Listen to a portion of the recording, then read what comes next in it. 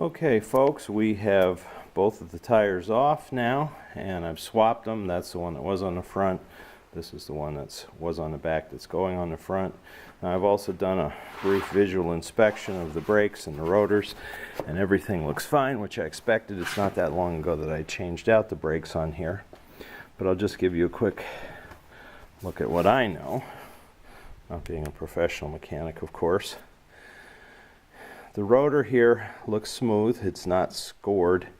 There's a little bit of modeling on it, but it's not, there aren't any grooves channeled into it from dirt getting in there.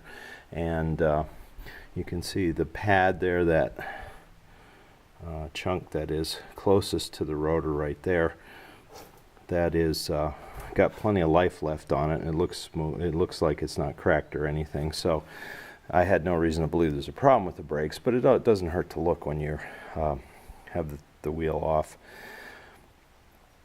Just do a quick visual inspection of the other parts that are here. You've got your brake hose here. There's your brake line. Oh, let me do this again so that you can see it. This is your brake hose. Comes up to here where it connects to the steel brake lines. That goes into the master cylinder.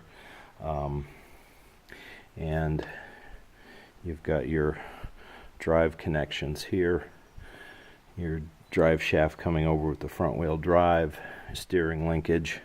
Everything looks good. There's nothing that I can see. There's nothing leaking. There's nothing broken, nothing ripped in these rubber boots. So I'm guessing that everything is fine with this. But now I have the peace of mind of knowing that I checked it. Again, not being a professional mechanic, there could be something that I'm missing, but there's nothing obvious. On this back wheel, where I thought I was getting the squeak, I did the same inspection. The rotor's fine, the pads are fine, the other connections are fine too. Now remember, with this being front wheel drive, these wheels just roll. They're not drive wheels, they're not steering wheels, so there isn't as much here to go wrong, shall we say. You can see the shock absorber there, the coil spring, and the rest of the chassis here. But I'm not sure what's causing the squeak, unless somehow this caliper that's supposed to pinch when you hit the brakes isn't releasing enough that it's still kind of hanging up with the brakes. I don't know at this point, but, and maybe it's from the other side too. I'll check that as well. But there's nothing obvious, nothing serious. Plenty of life left on that pad as well. These pads as well, front and back pad, they're both good. So there's no issue here. So I'm basically ready to put these two tires back on. I've done half the rotation now. I'll get to the other side in a little bit, but everything looks fine, and that's what you want. You want that peace of mind with your vehicle.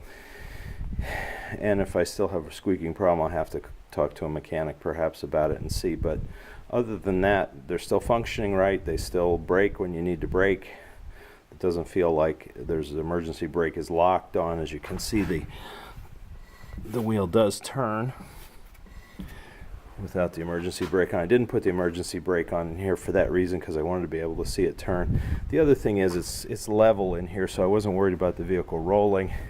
And also then, for safety's sake, I just blocked this rear wheel with some 2x4 so that if something should happen, it really can't roll anywhere. So typically when you're jacking up the car, working underneath it, putting an emergency brake on is a good idea.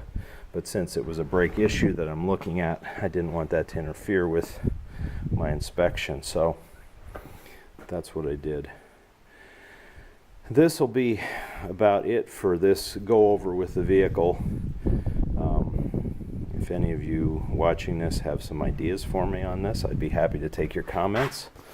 I'm open to anybody who's more of a mechanic certainly than I am. But I'm doing what I can to save money for the family by doing as much of this myself as I can. I do my own brake and rotor work. It's not difficult to do at some point in the future when I have to do a vehicle. I'll probably do a video on that to show you. And once you do it a few times, it's surprisingly easy for what you get charged when you take it into a shop. So at any rate, I thank you for watching this series of videos about this car maintenance and transmission oil change, tire rotation, etc. This is all part of living in the country, living on a shoestring. Thank you for watching.